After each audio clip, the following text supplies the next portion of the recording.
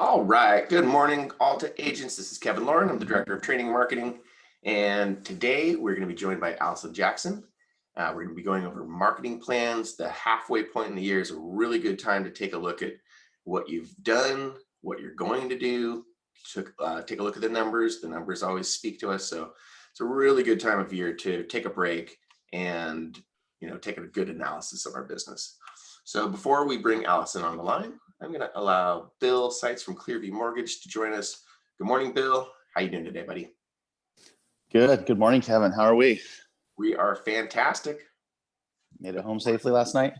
I got home safely, yes. Drove home from Newport Beach last night. Got home about 12:30 at night. Hopefully the sushi dinner was good with your parents. It was fantastic, and I'm having my coffee. I'm awake. Good. Well, I'm glad you made it home safely.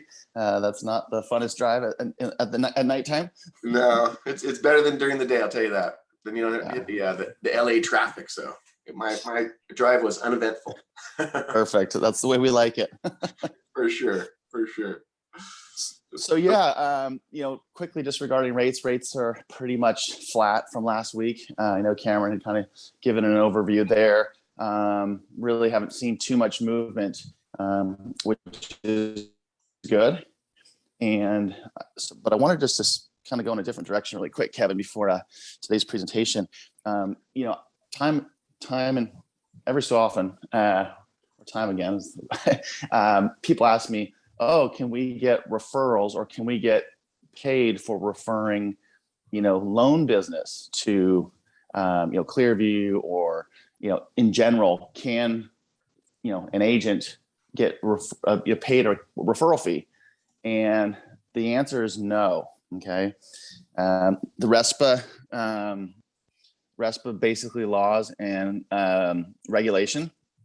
Section 8 of RESPA basically says, no person shall give or no person shall accept any fee, kickback, or other thing of value pursuant to any agreement or understanding, oral or otherwise, that business instant or to or part of a settlement service involving a federal-related mortgage loan shall be referred to any person.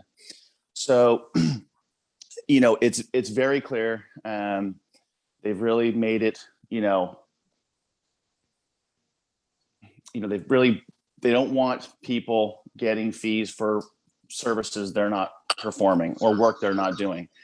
And, I know it's we can do it in the agent to agent world. We can do, if I have a listing or someone that I refer to Kevin and Kevin's a licensed realtor, yes, we can work out that commission referral agreement, agent to agent, but I cannot get a referral from Kevin if I give Kevin a loan lead and, oh, hey, here's, my dad's purchase loan. Kevin cannot, write me a check for X amount of dollars at closing or whatever. So, it's really important to understand that and to be, operating within those, legal guidelines. Oh, that's for sure. Appreciate that, Bill. Yeah, and if ever if any of you guys want to glance over this, I sent Kevin a link on it, and it's really clear how they define things of value, how they define referrals or kickbacks or their definitions. And you can definitely spend just a few minutes glancing over that. But I think it's really important to know that so that we're all operating in the the proper manner. Exactly, and I've got that up on the screen for him, Bill. And what I'll do is I'll include that link when I send out the replay as well. Awesome. Yeah, perfect. So, sometimes we want to, tackle things that aren't maybe clear or maybe we're not exposed to, all the time, but it is something that, we have to be very careful of in our business, especially in the banking and mortgage world, that we operate in a legal capacity. Yeah, for sure. That's the last thing we want to do. We all work so hard. Last thing we want to do is have legal issues, right? 100%. So we don't make money when we're dealing with legal issues, right? Yeah. And you don't want to get into types of relationships where you're like, oh, if I give you this, you're going to give me that. Like, you want to surround yourself with good, competent, professional people that are going to help you get more business. The performance of your your job and the performance of your referrals, not by, hey, what can you give me if I give you this? Because then you're really not serving your client. You're putting yourself ahead of the client. And that's where the problem arises. And that's where they really want to keep that, not allow that to happen. Yeah, exactly. Well, perfect. Well, Bill, appreciate that. And so let's see if we can bring our guest, Allison Jackson, on the line. Let's see. I know she was having a little trouble with audio, but Allison, can you hear us or can you speak? I can hear you. All right, perfect. Now, are you getting a duplicate of me? You know what? I was for a second. I just muted one of you. Oh, okay. Well, everybody, I am not one of the Doublemint twins. For some reason, when I tried to jump on with my laptop today, the audio pooped out on me, so I just grabbed my phone. So that's why you see two of me. Always fun to have, these lovely live webinar issues. Just part of what we do. Okay? Well, we just need to be creative to solve these problems here. There you go. I like it. They're nothing but challenge. Okay? Exactly. And I am, because I want my laptop here so I can still screen share. So are you all seeing a nice big escrow options slide filling your whole screen? We got it now. That's perfect. Okay. Okay, awesome. So Kevin, thank you so much for inviting me on here today. And everyone, Kevin and I discussed this. There's so much involved in developing a marketing plan that in one session we couldn't cover it all. So I've broken this overview up into two parts. So I'm going to do part one, which is the more strategic end of developing your marketing plan today. And then next week, we will go over more of the tactical things. So this is a two-parter, and it gives you a little time to work on some of this and digest it from session one to session two. If Right. you have any questions. And Yeah, Allie's going to give you guys a little bit of homework too, right?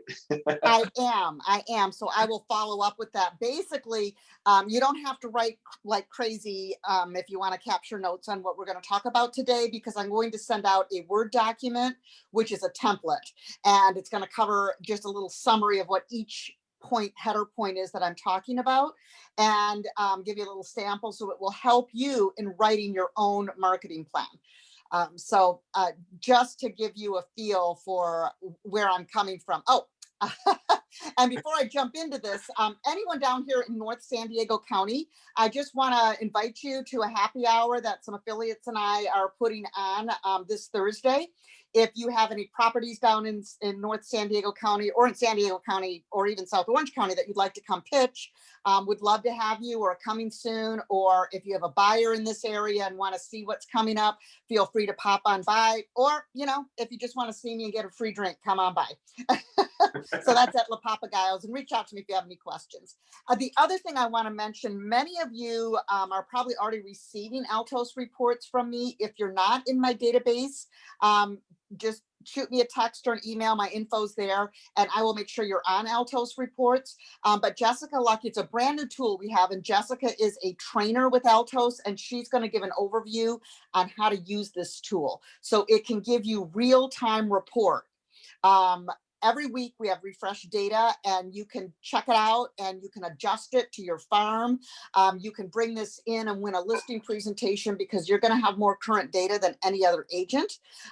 So this is a chance to build trust with your prospects and with your clients. Great tool, and a lot you can do with it. In fact, I have one agent who told me they love it because they're giving it to appraisers because the data is more current and the market is changing so rapidly. So just want to put that out there if anyone has an interest.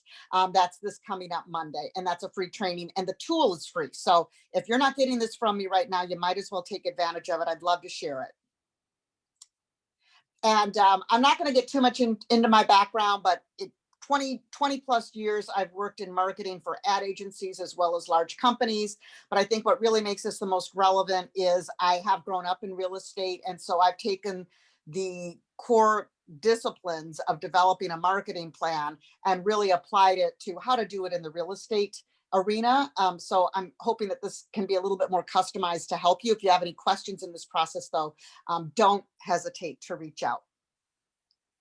So first of all, I just want to quote Benjamin Franklin. Failing to plan is planning to fail. I love that, So- Ally. That's a really good one. Thanks, man. right? Yeah.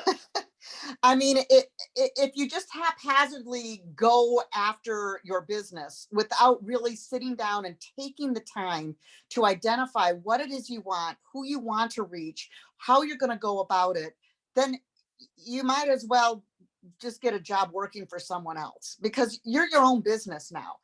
Imagine a home builder who would build a home without knowing the lot, without having an architectural plan, without vetting his crew, without having the adequate materials or the proper tools. So why would you launch your business the same way? So this is one of the most important exercises you can do, is really taking the time to develop your marketing plan. Whether you use this template or not, just go through the steps and identify where it is you want to go and how you're going to get there. So I'm going to go over some of the core strategic ends and give a little bit of a definition of what some of these things are. So a core part of any marketing plan is having a vision statement. A vision statement is where you want to be. It's your beacon for your business. It's what gets you up in the morning. It's what draws your associates and your clients to you. It's aspirational. It's where you want to be. So an example, I'm going to have a fictitious brokerage, and I'm going to call it Beacon Realty. Beacon Realty has the #1 team in North San Diego coastal region for custom executive homes. And I do recommend using a present tense, not where I'm going to be, but I am. A mission statement is the next logical step to that. It's how you're going to get there. I consider it sort of the summary of your strategic roadmap. So it's really, and I again recommend putting it in a present tense. It's what you do, for whom you do it for, and what is the benefit. So Beacon Realty attracts top agents who specialize in either buyers or sellers, offers elite concierge services, has proprietary digital tools, and approaches the listing or buying experience with a full team approach. The majority of Beacon's clients are repeat or referral executives, C-level clients, C-level clients, because our brand is synonymous with custom coastal properties. Again, that's just an example, but it's really zeroing in on their unique selling proposition, how they're going to do it. For example, having a team approach, and what their focus is, which is North San Diego coastal and custom estates. So again, that's just an example, but that's the mission. So the vision is what wakes you up in the morning and where you see yourself being. The mission is a summary of your defining moments that's going to get you there. And then your business goals. So I recommend what I call SMART goals, which are specific, measurable, attainable, relevant, and time-bound. So specific meaning, I'm going to give you some examples here. We will add 3 experienced buyer and seller agents in 2021 and add 1 new agent assistant to each team. Measurable, the brokerage will have 500 million in sales in 2021. Achievable, in this case, the broker's recognizing that he needs a team of experienced agents who already have estate caliber credibility. So these goals would not likely be met if the team were all agents who are brand new to real estate. So clearly the broker's identifying he needs a mixture. So it needs to be achievable.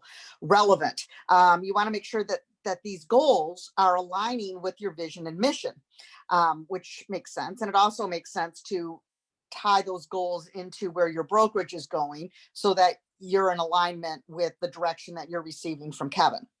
And time bound.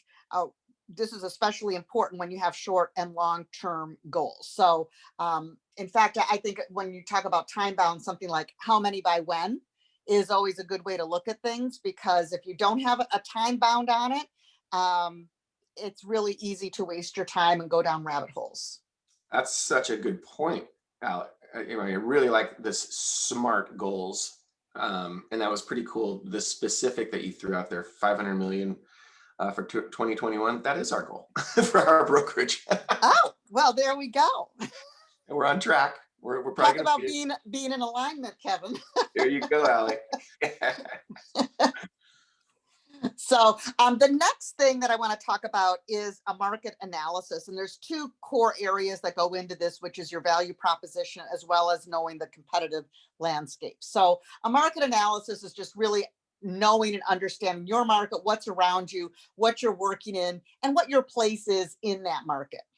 One of the ways to really identify your place in the market is what you may have heard this before called a SWOT analysis, but it's not SWOT like you swat a fly, it's SWOT, which stands for strength, weakness, opportunity, and threats. And the reason this is helpful is it helps you not only set realistic expectations of what you want to accomplish, but it helps you identify areas that you might want to reach out, say to Kevin, when you're looking at your weaknesses. For example, say you've identified, gosh, contracts are not my strong point. I'm super good at door knocking, approaching people I don't know. I attract people, but I really am struggling a little bit on some of the contractual details here. And he can help you with that. And he can help you directly, and he can help point you to resources. So that's just one example. So know your strengths, know your weaknesses, and also with these opportunities. So, opportunities and threats. So threats are a little different than weaknesses in that, well, who saw a quarantine coming, right? That's a threat. That's especially a threat for someone who's built most of their businesses door knocking and doing open houses, right? Right. So, yeah, exactly. So sometimes you need to be nimble and identify a threat as they're coming in, and then reevaluate what your approach is going to be. Right now we're in an environment where the interest rates are really appealing. What would happen if they just shot up dramatically? So these are outside factors over which you have no control, but they're going to put you in a situation where you need to respond. So you always kind of want to have that on your radar, and when you see threats coming in, be nimble enough to adjust your plan to accommodate that. And then, of course, opportunities are, say Amazon's just opening up a huge warehouse, an area right in your farm, in your area.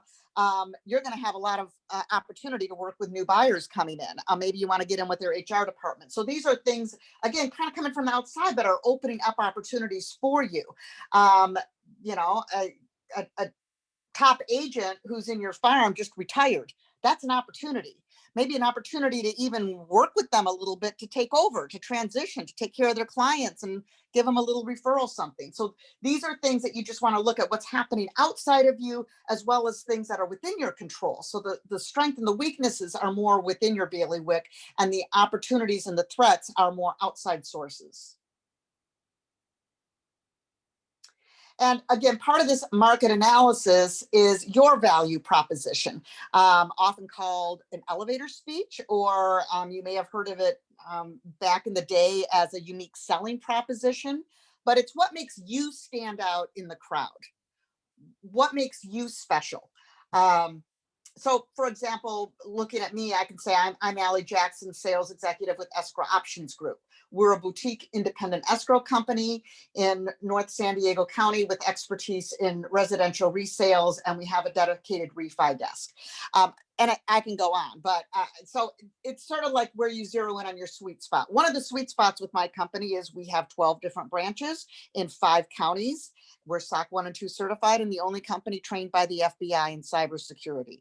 So these are the types of things you want to identify that you can pull from your brokerage, and that you can pull from yourself and your own background and what you bring to the party. So I recommend that you spend some time and actually write that elevator speech, know it, be comfortable with it. This is an opportunity. So when you go to, say, your local chamber of commerce and you're at a breakfast event, and they give everyone an opportunity at the round table to just, have their, I think at the Carlsbad Chamber, they called it your 22-second introduction. Or for example, if you're in a B&I group or any of those other networking groups, sometimes it's 30 seconds, sometimes it's 60 seconds, but it's your commercial. And so you do want to hit that time frame. So you want to know the long version of it and the short version of it. So that is what I recommend. You really have that nailed, so that when you have an opportunity to give your infomercial on yourself, you're prepared. Allie, I've heard it called a cocktail spiel. Oh, I haven't heard that one. But if anyone wants to come Thursday, we can have you give it a go. Exactly, you can practice. And you definitely want to know it inside and out if you're having a cocktail so that you don't get tripped up. It's got to be coming right off the tongue, no effort. Exactly.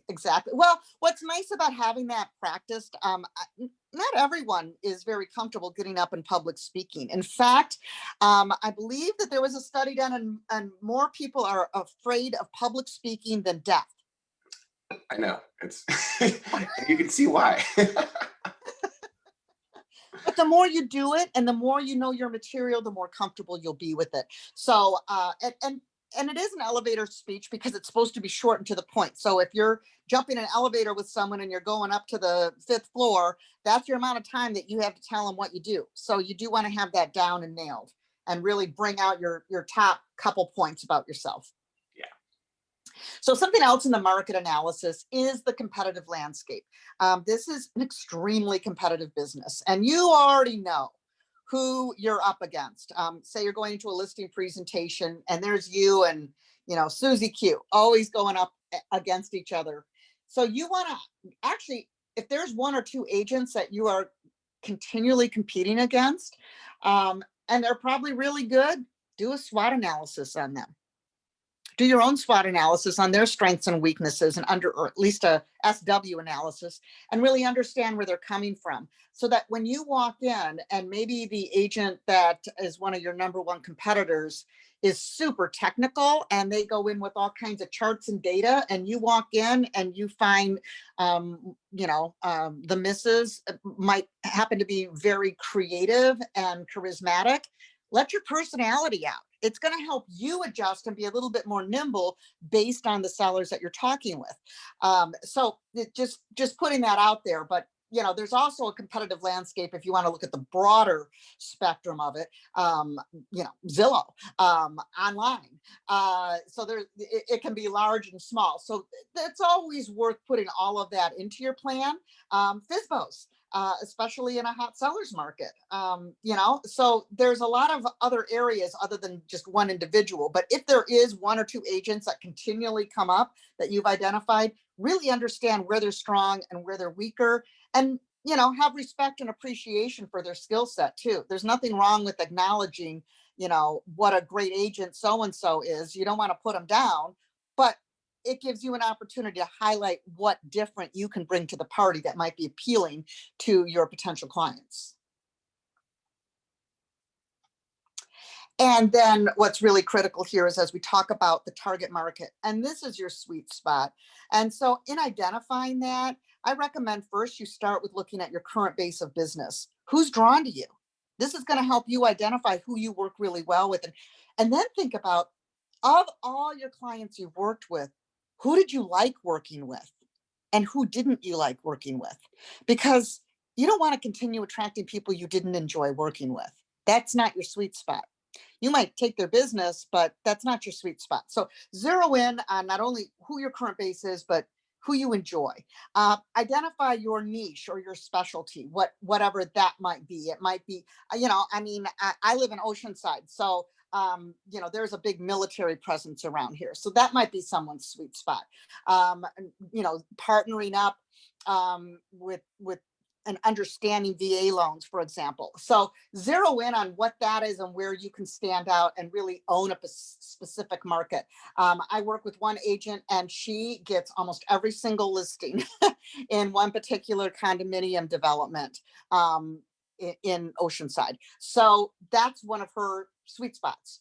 Demographic and psychographic. What's the difference here? Demographic is more the specifics like age, location, gender. So, you can zero in on that. And the psychographic is a little bit more about the warm and fuzzy, someone's personality, attitudes, value, their hobbies, interest, charitable work, for example, things like that. So identify who you want to work with, and that's going to help you identify where you're going to find them. Do you have anything you want to add to that, Kevin? No, I really like, and I spent a lot of time training on target markets, and zeroing in on a specific geographical area, but this is really cool. This is taking it to the next level and thinking about the actual people that you want to work with.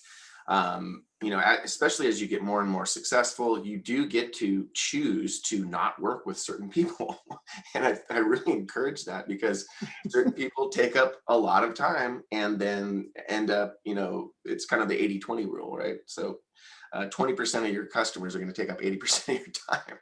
So really got to pick and choose those. So I appreciate that.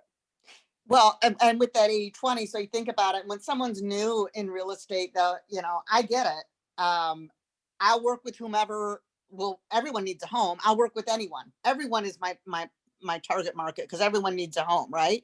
Right. But you start attracting someone who was very unpleasant to deal with, argued about everything, made everything contentious with the other end, took up tons of your time, couldn't make this, whatever it was that drove you crazy. And your number one place of growing your business, is that going to be from ads that you place? Is that going to be from leads you buy on the internet? No. What's your number one source for getting another piece of business? Referral. Referrals. So birds of a feather flock together. So if you're asking for referrals from people you couldn't stand working with, guess who they're going to refer to you? So zero in, like, really, this is supposed to be fun. I mean, it is fun. This is an incredible business, and it's your business. So spend some time really thinking about, who do I love working with? Who do I really want to help and make a difference for? And then that's they're going to refer you to people who are like them, right? So this is an important exercise in your whole marketing plan. Agreed. And then we zero in on marketing strategy. And this is sort of your, anyone who's over 45 probably has heard of a triptych from AAA. That's right. I remember those very well. My mom's 90 and she's still an active broker. And so she always talks about, let me give you a triptych for that. Of course, that's amazing. Now you would say, I'm going to punch this into my GPS, but basically this is your game plan. These are your directions. This is going to keep you out of the rabbit hole. It's going to stop you from wasting your money on tactics that don't align with your strategy. And I'm going to repeat that, because you really need a strong strategy. It's your beak. Like, you're going to go back to this. Someone's going to come up to you and say, hey, I got this great idea, Kevin. I want you to check it out. I can get you all these leads and buy it from this resource, and you can follow up and call these, and it's this cold call program with an auto dial. And this has absolutely nothing to do with your strategy. Should you do it? Should you spend 25% of your budget on something that doesn't even align with where you want to go, isn't going to hook up with your target market, isn't relevant in your geographical niche? Probably not. So it's important to really understand your game plan. So for example, just looking at this fictitious broker, Beacon Realty, offer multi-million residential custom homes, offer turnkey concierge service, having a team approach with a specialized niche market, working primarily on referral and return business in the executive C-suite executive, and geographically in the coastal North San Diego area. So it's really having those things pop out. It's your game plan and really figuring out how you're going to get there. So the key things to zero in on here, to summarize, would be your vision statement, your mission statement, and your marketing strategy, because that's going to help you see where it is you want to go, identify how am I going to get there, what are the key things, and then having that strategy that aligns with it. And then through that, you understand your market, you understand your target of the customers you want, and then you have very specific SMART goals that are going to help you get to where you want to go, that are specific, measurable, achievable, relevant, and time-bound. Love that. So now next week, we're going to kind of roll our sleeves up a little bit more and talk about critical tools. and I'm going to leak it a little bit. That's your CRM, your customer relationship management tool, and having accountability. And then we're going to zero in on marketing tactics, specifically from relationship marketing, lead generation, and lead nurturing. We'll talk about implementation of your plan and accountability, sort of reverse engineering from your goal to your tactics and your activities.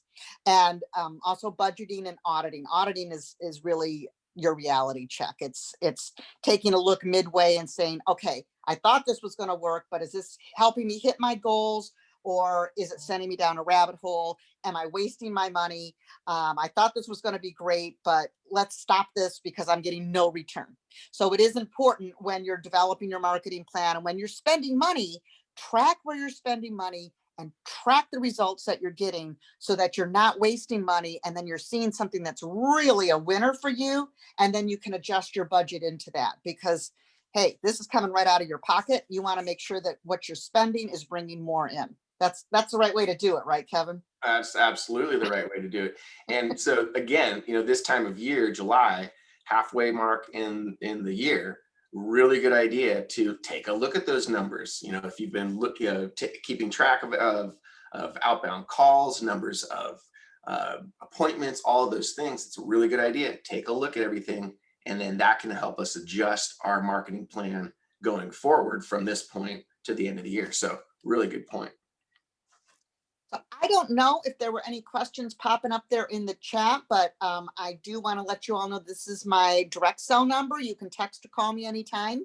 And that is my email address. I am going to provide Kevin with the template that's going to give you some homework on what you want to work on before we have our next session.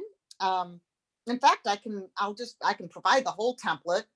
So you can just start with the first half up to the tactics, but if you are just so excited and can't stop, you can keep moving forward. So maybe I'll just do it that way, but it's going to be a Word document, so you can start populating and editing and play around with it. If you're getting stuck partway through and you want to double check with me, there's my info. Call me anytime. That's great. This is all about having you succeed. I love that, Allie. Really appreciate it. All right, perfect. Well, thanks to Bill Seitz from Clearview Mortgage for joining us, and really appreciate Allie coming on. And it's good to hear this kind of stuff with a different angle from what I'm preaching and teaching. So we really appreciate your time, Allie. Thank you so much. Have a great day. Absolutely. Agents, get out there, make it a great week and a productive week, and we'll see you guys on the ARG webinar next week. Bye-bye. Bye-bye.